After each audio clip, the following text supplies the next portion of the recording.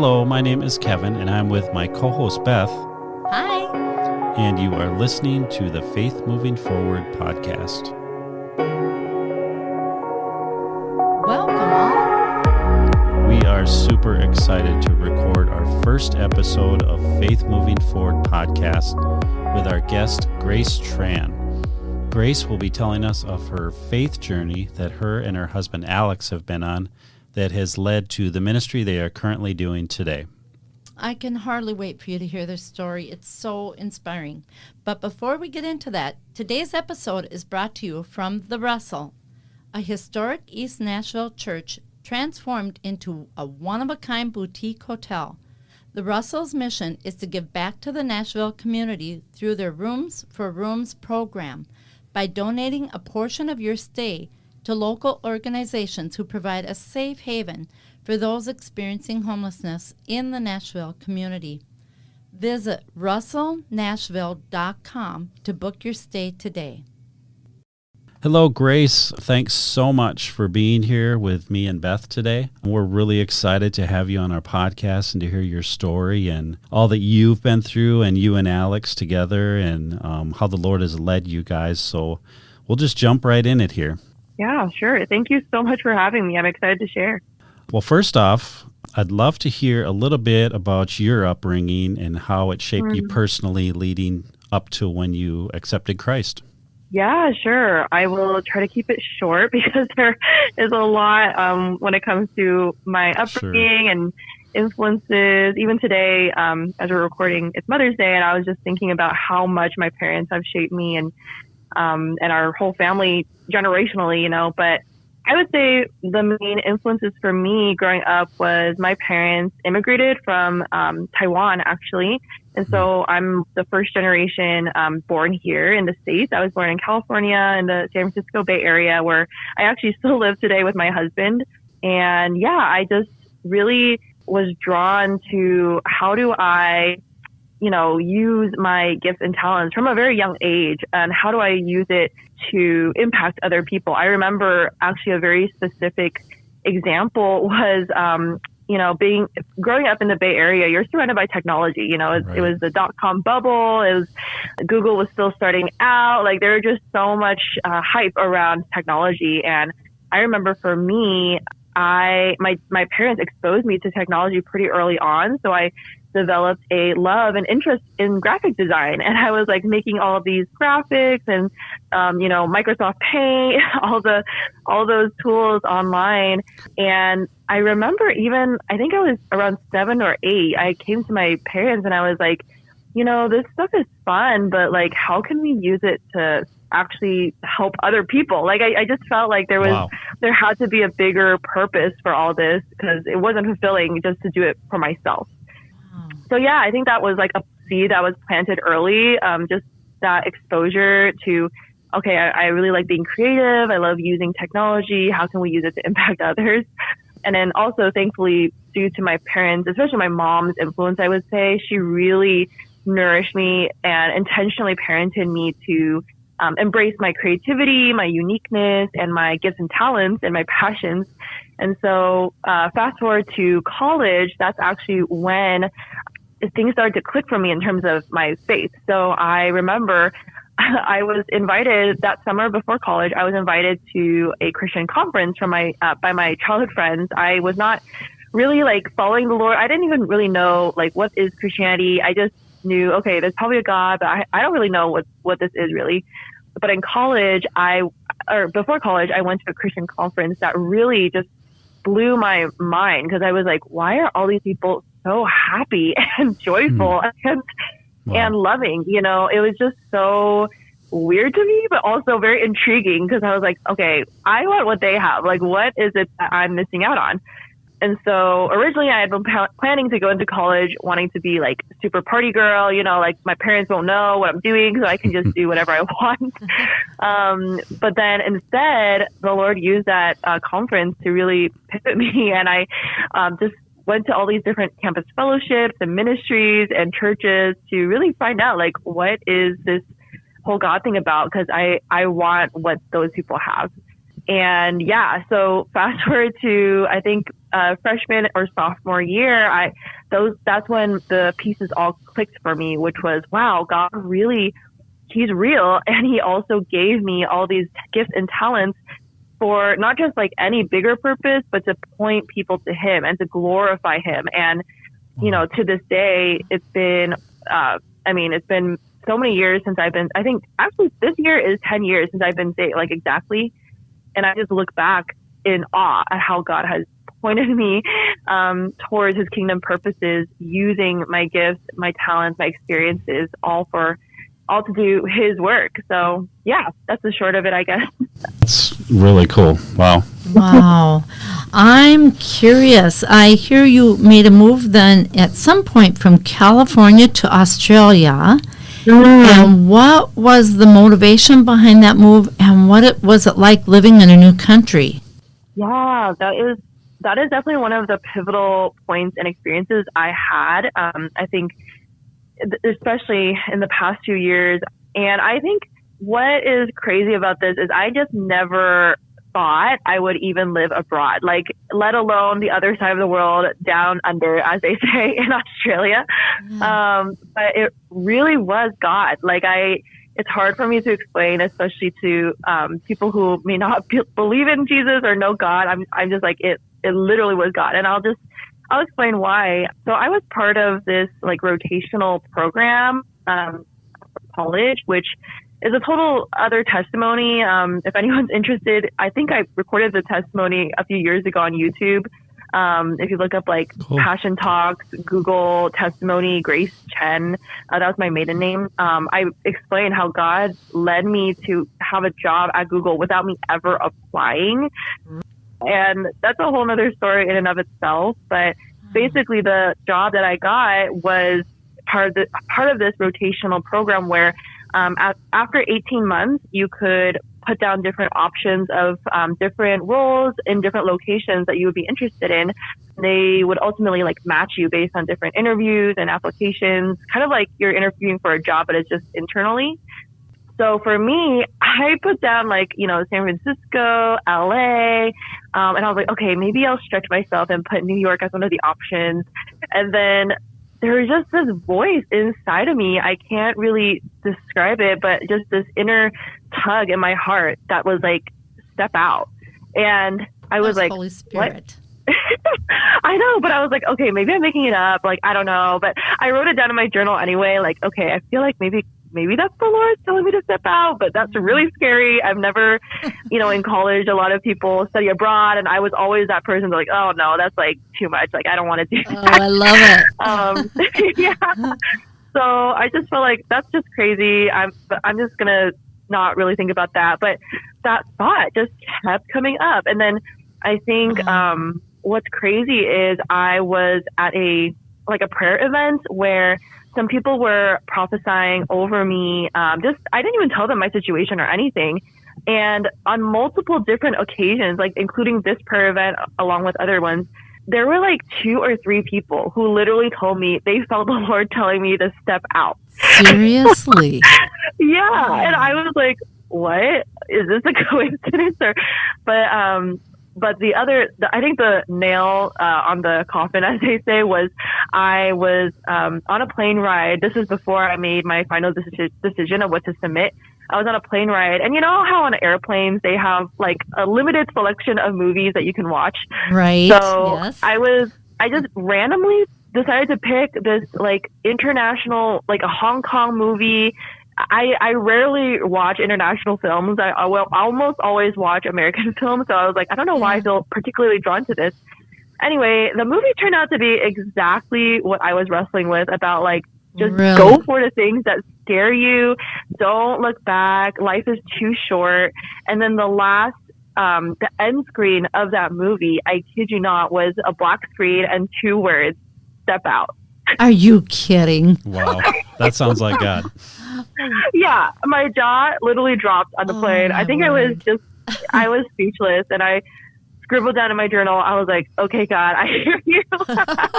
So for my last option that I ended up submitting, I put Australia because I did feel okay, that one is the one that's standing out to me as the one that God's highlighting. And then lo and behold, my last option was the one that he ended up choosing for me. So it was truly, I never expected it. Everybody was shocked when I told them. But, you know, looking back, it was it was one of the best experiences I ever had. And going there too, I knew, you know, if God made this happen, it's going to be good. So I remember now looking back, I'm like, how did I do that? I was like a single girl, no abroad experience, but I think the Lord really was with me and the Holy Spirit was leading me because I had no fear. I remember I was just really excited. That sounds so like cool. A God thing. Oh man, is that exciting. I love that. Yeah. So I think while you're in Australia is when you and Alex link up.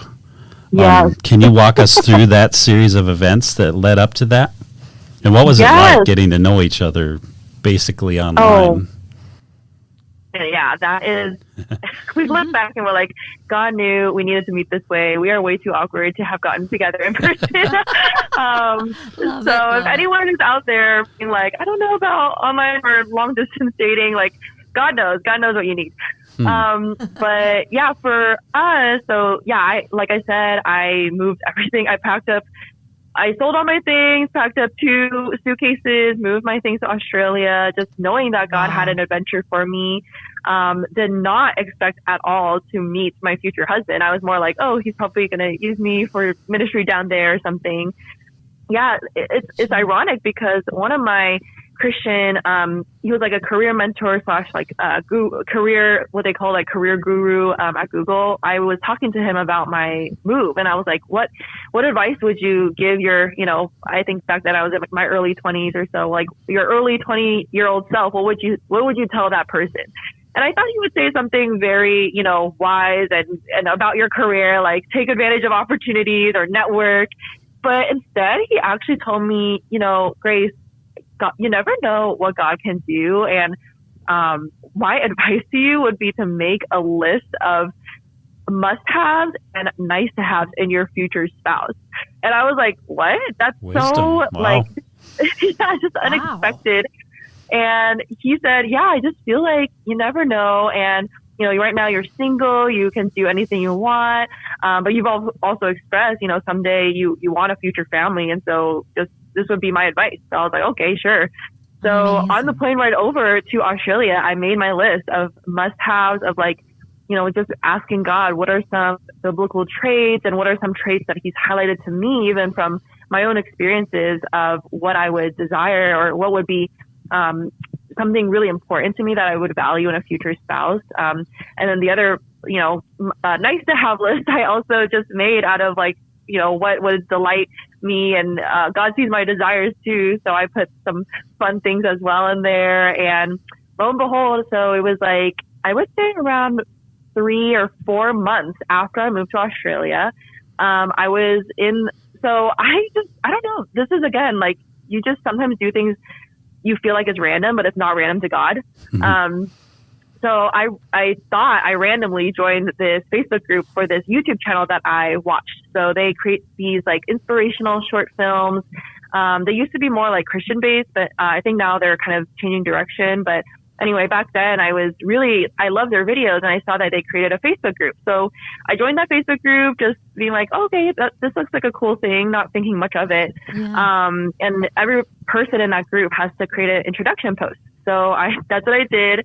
And then this guy from Southern California, like, comments on my post, and we start talking in the comments, and I'm like, oh, wow, he's also a believer. And he seems like he has really great values. But I looked at his profile. I was like, oh, he lives in Southern California. It'll never happen. I'm all the way on in Australia. Like, right. Why would anything come out of this? But we kept talking, and then he actually messaged me. He slid into the DMs, as they say.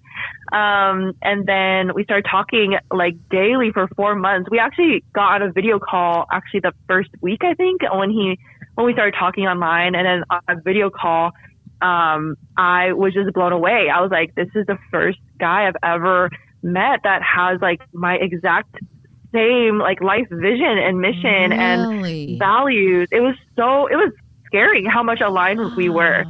And then I was like, okay, don't get too excited. Like, don't put all your eggs in this basket. Because I grew up very skeptical of relationships. I actually had never even dated, like, officially before this.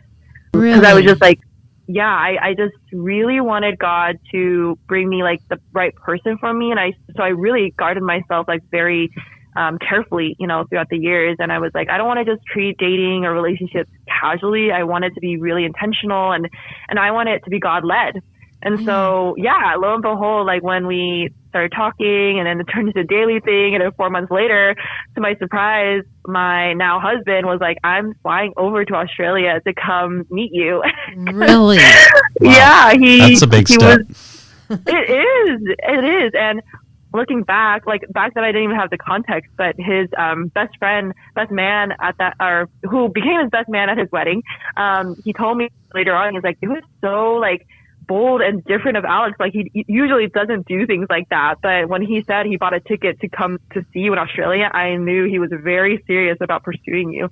And I just really, looking back, I feel so pursued, not just by Alex, but also by God, because I remember, like, I think it was 1 year before that, around 1 year before, I was feeling very hurt by another situation where I felt like, there's this guy and he's talking to me sometimes, but he's not really pursuing me. And I just felt like, God, like, I kind of feel like I'm being, like, we're playing games, and I don't know, like, is this what you want? And, that song Reckless Love, during worship, I remember it just really spoke to me that God was saying, no, like, my love is the kind that will kick down doors, like, break down walls to come get to you. Like, it's the kind of person I have for you, the kind of man I have for you is not one who will just leave you hanging or guessing or playing with your heart. Like, the kind of man I want for you is one who will pursue you with my kind of pursuit. So when Alex came to Australia, it was just like, wow, this guy really pursues me and is serious about it. And fast forward, we've been married for 2 years.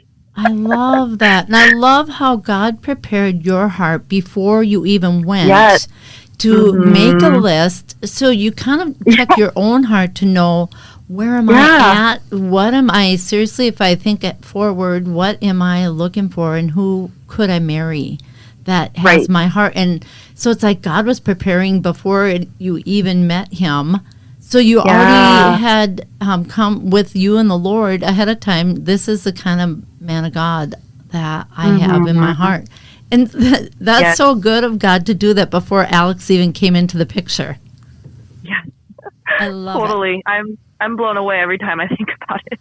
Oh, I love it. So now I'm going to forward, now that you and Alex are together, what are some of the challenges and obstacles that you and Alex have faced together, and how have you overcome them? Man, that could be a book. But I think I'll highlight two. So one of them was definitely when we were long distance. And I think a lot of people who've been in long distance relationships or have just been separated due to other circumstances. I know some people have, like, visa issues and just things that are out of their control. It is really hard to be like, how do we close the gap? And what is the timeline? Like, all the logistics, right? And, like, for me, because I was living in Australia, he was living in Southern California. We also didn't want to, like, move too quickly either, because we had just met online, and even though he flew over for a week and we actually made it official then, we still didn't want to, like, rush into things if it wasn't, God's will. So we wanted to be prayerful and thoughtful. At the same time, when you're, like, in love with someone, you're just so head over heels. You're like, I can't even think straight. Like, is this God? Is this me? Is this my hormones? Right. so many different emotions. Yeah. So I would say that was one of the challenges we faced, was just discerning, God, what do you want us to do? Like, we don't want to drag on this relationship long distance, but at the same time, we don't want to rush things too quickly either. And so the big lesson that he taught us really was, actually, we were both reading through a book together while we were long distance called Experiencing God. I don't know if you guys have heard of it, but I think it's by Henry Blackaby. So the subtitle is Experiencing God, Knowing and Doing God's Will. And it's really about how do you discern, like, what God wants you to do in your life. And I think it applies to all kinds of situations. So for me, when we were reading that together, chapter by chapter, I just felt so clearly in my prayer times that God was saying, don't worry, like just wait on me. You know, it might seem counterintuitive because most of the world tells you to take things in your hands and make your, manifest your destiny and all these things. But God was really just challenging me to, if you really trust me, trust that I have your relationship in my hands and I will open the doors that, will be according to my perfect timing and ways. So it was very hard for me as a person who likes to get things done and likes to make plans about how to get things done. Yeah. I was like, okay, God, like, I guess this is what you want. But at the same time, I just really, my desire is to be with Alex and is to be in person with him. And it just was so painful seeing all these couples holding hands together in person and just doing life together. And it was a daily, surrender to God of like, okay, God, I trust you. And so, God really actually did. He, through a series again of events where Alex did not even apply to this job, but he ended up through like a conversation with a friend who introduced him to someone else. He ended up getting a job in the Bay Area that was like at a company that was like one of his dream companies. Wow. And then at the same time, I was also feeling like not like I knew my job in Australia was just not cut out. Like I was not a good fit for it basically. And I was talking to my manager about like different kinds of roles. And so actually a door opened up for a role that was better fitting for me in the Bay Area. So both of us he moved to the Bay Area, I think I would say like 3-ish months before me, but I ended up moving to the Bay Area as well. And then, we just ended up closing the gap that way, being able to share life and do life in person in the same location was such a gift. So what was the time frame there from when you first met Alex online and then when you actually made the move back to the Bay Area?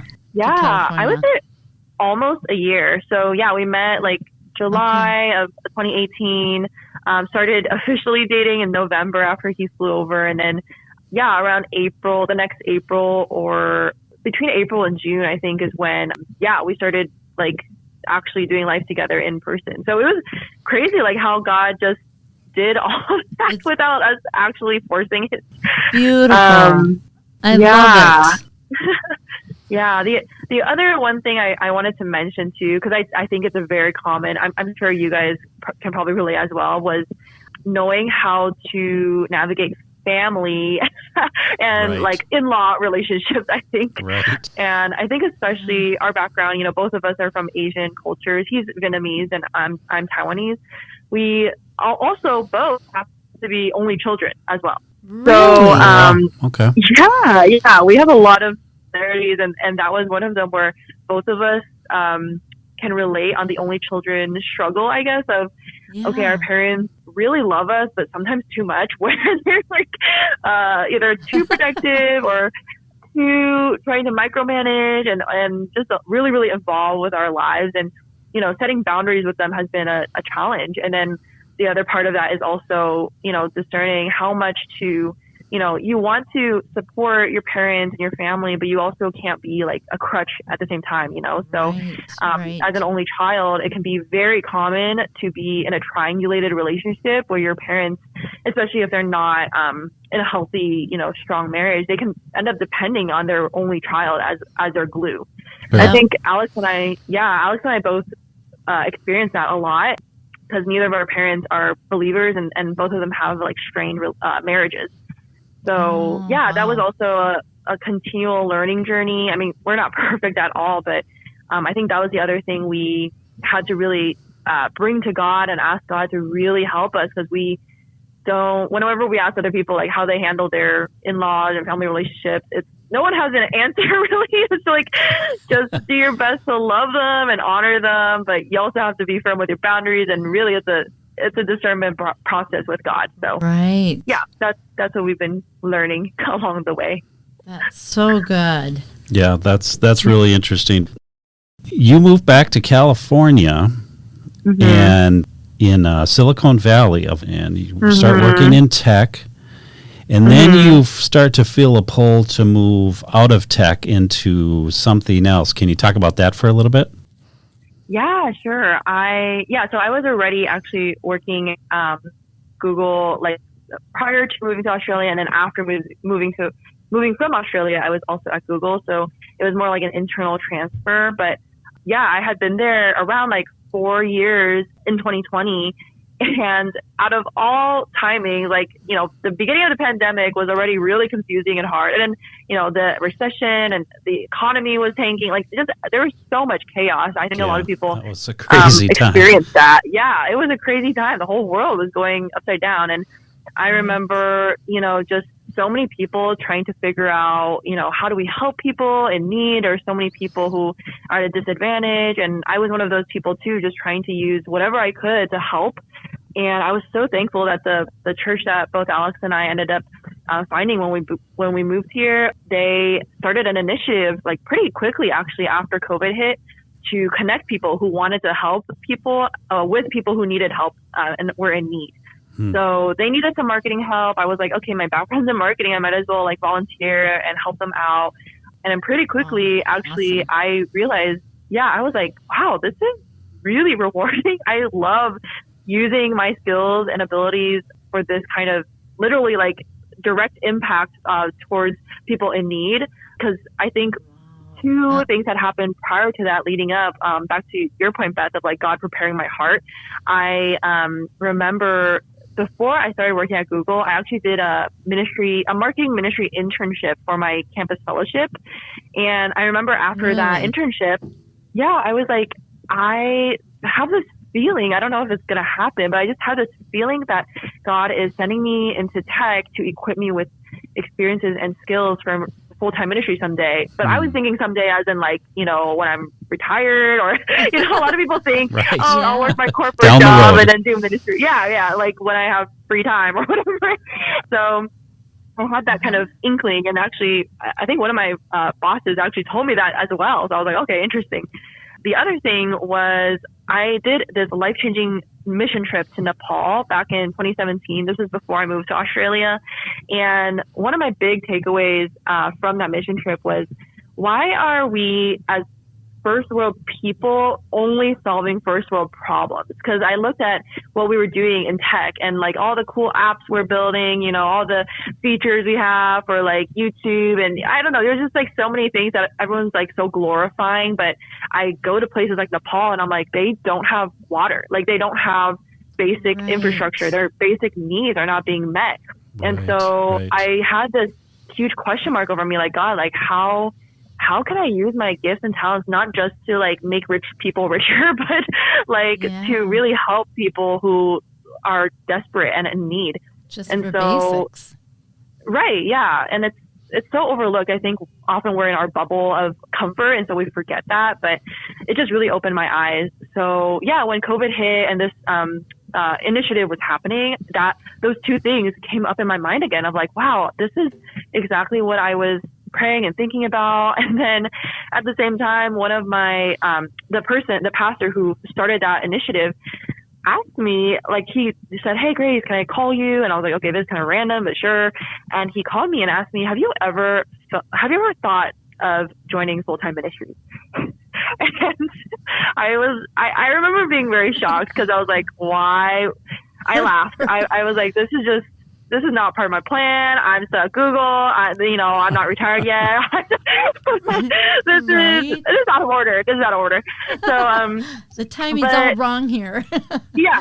I was amused. But at the same time, I also laughed because I was like, but at the same time, this does align with so much of what God has been showing me over the years. Right.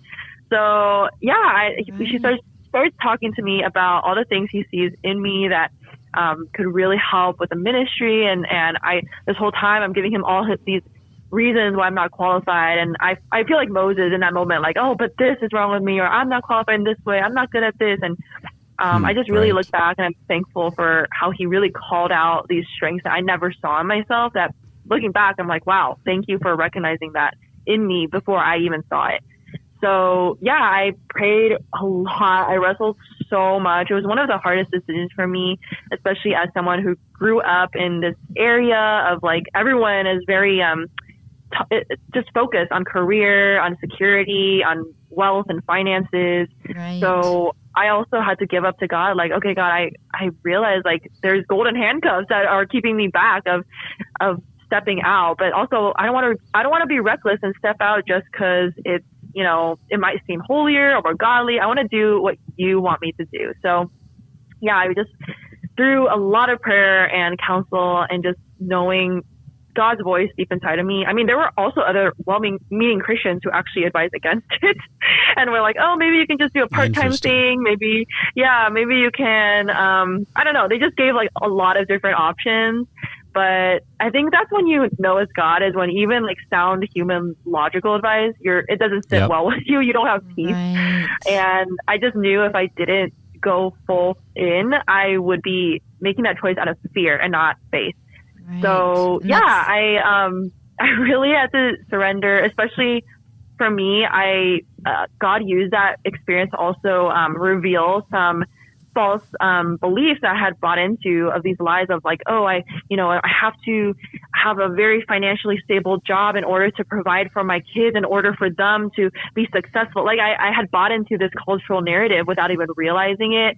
And so when I wrestled with this decision, God unrooted that from me and made me realize, if I truly trust God, not just for my life, but my future kids and their generations, like I have to realize like money is not going to be my provider, but money is not my God. Like God is my God. And no matter what happens, I have to trust. No, like even if I give up my salary and stock options and all this, like he will come through in ways that I cannot, force on my own strength. So that's good. That's so good. Good. I think God always gives us a challenge. And it's not like he'll put something before you that he hasn't already been there ahead of time preparing it for you. Mm-hmm. And he's where God guides, he provides. It sounds like cliche-ish, but it's so true. And in the peace on the inside is so valuable to, even if it doesn't make logical sense to the world or anyone around you, if it's where the peace is, Colossians 3:15. Let the peace of God rule and act as umpire, settling with finality the questions that arise in our minds. Do you realize how often it's questions that try and rob our peace? And when Satan tempted Jesus in the wilderness, it was questions and it was the word. A lot of times you said well-meaning, and I think of that, how often well-meaning people, family and friends and others around you will bring questions. And sometimes you just have to say, the questions, I'm not going to answer that. I'm going to set those off to the side here because I am trusting the Lord and I'm following where the peace is. Right. Exactly. So, yeah. And I think I empathize too with so many people who are like, I don't know, is this peace like my heart, my feeling of peace, or is it God's peace? Like sometimes God actually does want to ask you to do things that don't give you the feeling, like the emotion of peace, because it's going to be hard. It's going to be scary. But there's like the deeper spiritual peace that only comes from, that this is what God is speaking to you, and that you're obeying in faith, right? So yeah, I totally agree with that. Mm-hmm. Right. The prophetic has obviously been part of your experience and your life, you and Alex. I'm curious to hear have you had any prophecies, or actually prophecies where about your future that you're waiting to come to pass, or that you're still looking for down the road? Yes. Oh my gosh. It's kind of crazy because as you were just talking about this, I just realized, because I had kind of a weird dream last night, and I was like, but it really felt like a God dream. And so I'll just say, yes, like to answer your question, the prophetic has been a really big part in both of our journeys. I think as we were, when you're an early Christian, you're kind of not sure, like, what is this like prophecy stuff? Like, I don't know, is it really God? But I think as both of us have grown in our faith and God's matured our faith, we've just seen more and more like how much power there is in the prophetic, especially when it comes to like community, surrounding you, praying for you, like hearing from God for you, and then giving you those seeds of faith that you hold on to. It might not even come true like in the next few years or even in a decade or even your lifetime, but just seeing like, wow, there's so much in the unseen that there is, that we as human beings, we're tempted to only believe in the surface of what we can see. But I'm always reminded in Hebrews, right? Like God highlights all these people of faith. It's not people who laid out plans for them or like the logical next steps. It's these people of faith who just heard God and stepped out into the unknown. And that's literally what we've been experiencing. And we just trust, like, okay, if we get this word and it's really God, like He'll make it come to pass. We don't have to force it. We don't have to think about, okay, we got this word, how do we make that happen? And so, at every crossroads, I think in my life since I've been saved and now us together as a couple, whenever we're discerning, next steps, we always ask, I have a prayer shield, and we also have community, and we just ask people to pray for us. And if they get any prophetic words, to also send them to us. And yeah, it's just so amazing how God works that way. I will say one story I will share is related. Actually, it kind of is a good wrap up because it's related to this whole journey that I've shared. I think I want to say it was when I was in Australia. I got this like really random. I can't explain it besides it was like a Holy Spirit divine download, like light bulb moment where I was walking on the street. I realized my phone was on low battery, so I actually had to, it was a weekend, but I was nearby my office, so I just went into the office to charge my phone so that I could use my GPS. But when I was in the office, I had this like download moment. I just opened my journal, scribbled down like pages on pages of ideas for like encouraging Christians, creating content, like different topics that I felt like were so important that God wanted to talk, or God wanted His people to know about and to talk about. And yeah, it was really awesome. Yeah, awesome. And I was in shock because I was like, where's this coming from? Why is this even, I don't even have any plans or ideas, but I just wrote it all down. That was Holy Spirit. Yeah, it really was, because I was like, I'm not even planning to like become a content creator or anything, but okay.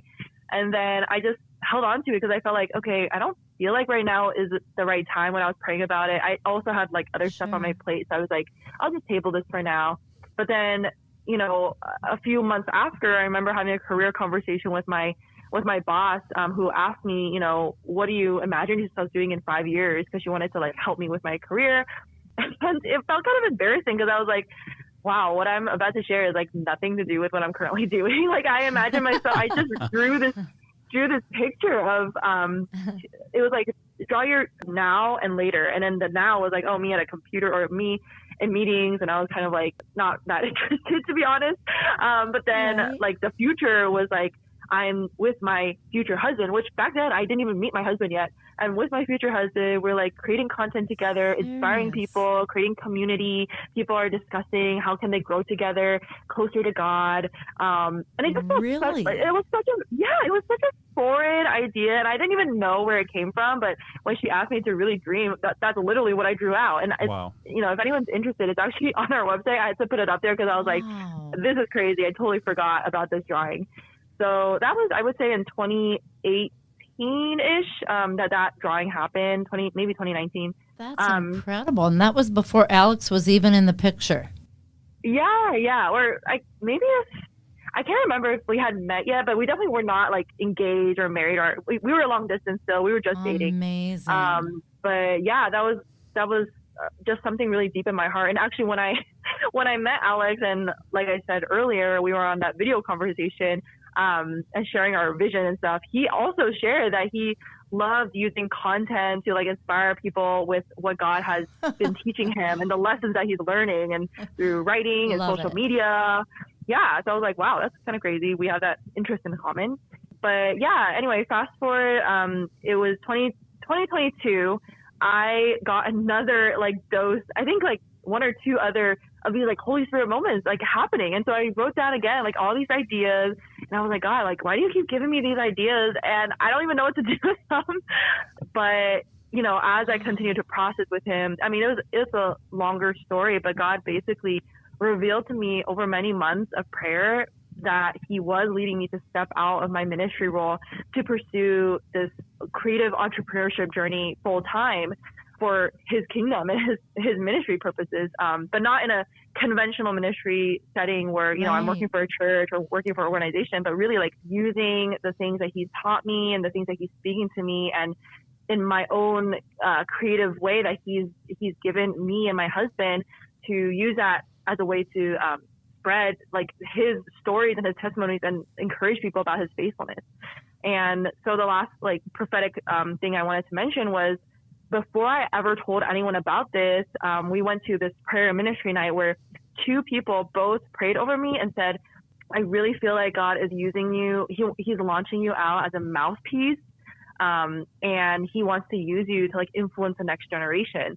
And what's crazy about that is, a few days before, I had written in my journal mouthpiece. Like I felt like God was saying, yes, I felt like God highlighted to me that word mouthpiece. I circled it really big in my journal. And so when I heard this prophetic prayer, I was like, what? Again, it's similar to the step out story. I was like, okay, I think that's God. Wow. So yeah. So now, like, as you guys well know, like my husband and I now, we have a podcast and we're being just obedient to be his mouthpiece. We're just always reminding ourselves it's not about the numbers. It's not about how many people watch. Like, it's all about just, we're stepping out in obedience of this. These are the things he's shown us. And this is our common, you know, mutual passion to use our experiences and our lessons and even our failures and mistakes to reach the next generation with what God has been teaching us. So it's yeah, beautiful. Full circle. I love it. You know, God, because of COVID, that was such a dark, bleak time in America and the world. It absolutely like has shifted completely everything, obviously, and ministry, Christianity as usual is no more. It's now everybody is hungry for hope. Everybody is hungry to hear a word of encouragement. There is such a generation of somebody give me hope, somebody, you know, speak truth, because it's in everybody's heart. When you hear truth, it's like even those that don't know the Lord, it'll resonate. That was true. I love that God is downloading content for you and Alex, and you're doing a podcast, and it's now the way ministry, Christianity, the church is growing and being built. People are tuning in to podcasts. And when I love that you and Alex have a podcast and that you're sharing your story and what God's putting in you, because God is doing a new thing. He is doing such a new thing. And it's almost like, okay, I've told a lot of people, I want to be like leaning in saying, Lord, don't bless my plans. What are you about? Where are you going? Right. Let us lean into you, hear your heartbeat, and be about what you're about, and be speaking out what you're saying. And when we do that, it's going to set people free. People are going to all of a sudden know there's a God out there that really hears me, or you're going to be answering questions and pointing people to the Lord. I just love your story. You're just a breath of fresh air, Grace. It's beautiful. Aww. You're beautiful. And I feel like we just love you and Alex and have never met you face to face, but I love, because we share the same Father God. And so it's like we're family. I just feel like there's just this kinship of, and then the resonates in our heart, what God is doing and speaking in your hearts and what he's doing. I'm just thrilled to see and be part of it in just getting to know you in this interview. Thank you. That's so encouraging, and just it's such a blessing to hear. So thank you so much, because I'm sure you guys know too, like, even though, you know, we can look back and see, wow, God's been so faithful, it still is not easy, you know, in the process of, you know, okay, I did it, God, but, you know, things are rocky, or I'm not sure, is this the right way? And so there's a lot of uncertainties and doubts at the same time. So yeah, anytime people encourage us or just remind us of that truth, it's so refreshing and really builds us up too. So thank you so much. Yeah, I say keep going. You are on the right path. It's just thrilling. I'm excited to watch you guys just like unfold all that God's got in you two together as husband and wife. And let me tell you, this generation needs a husband and wife that love Jesus, that are serving him together and using what God's gifted them in to just get out there together and share what they have. And I say, keep going. You're in the right direction. It's thrilling. You just reminded me, Beth, when you were talking about like the future and the vision. I think to answer your question about like the prophecies to come is we really feel so strongly like this podcast that God's led us and called us to start isn't just a podcast. We have such a heart for community and bringing people who feel isolated or alone together in a really close-knit like family of Christ community, just like you were saying. So I feel like the prophecies to come is our vision is to create opportunities for people to maybe do workshops or retreats or online and offline conferences, and also just for us to be able to really have interactions with people instead of just listen for fun. We want to have people connect and do life together. If anyone's interested in being a part of this growing, vision that God started, you can find us at With the Trans, that's Trans, that's our last name, on Instagram or Facebook or YouTube. We also have withthetrans.com, that's our website as well. And feel free to reach out to us if you have any questions or you want to talk more about what it looks like to follow God in all these uncertainties, all these gray areas, because we continue to do that, but we also have learned so much in our past about how much God comes through when we truly just fully trust him and surrender to him. So always happy to talk about that if anybody has questions. Awesome. This has been a lot of fun hearing your story. I love hearing stories like this.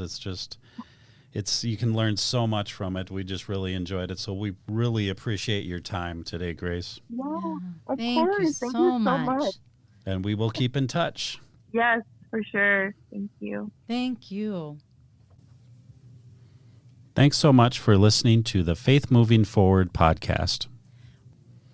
Please consider subscribing to our podcast on Spotify, Apple Podcasts, Google Podcasts, or whatever platform you currently listen to.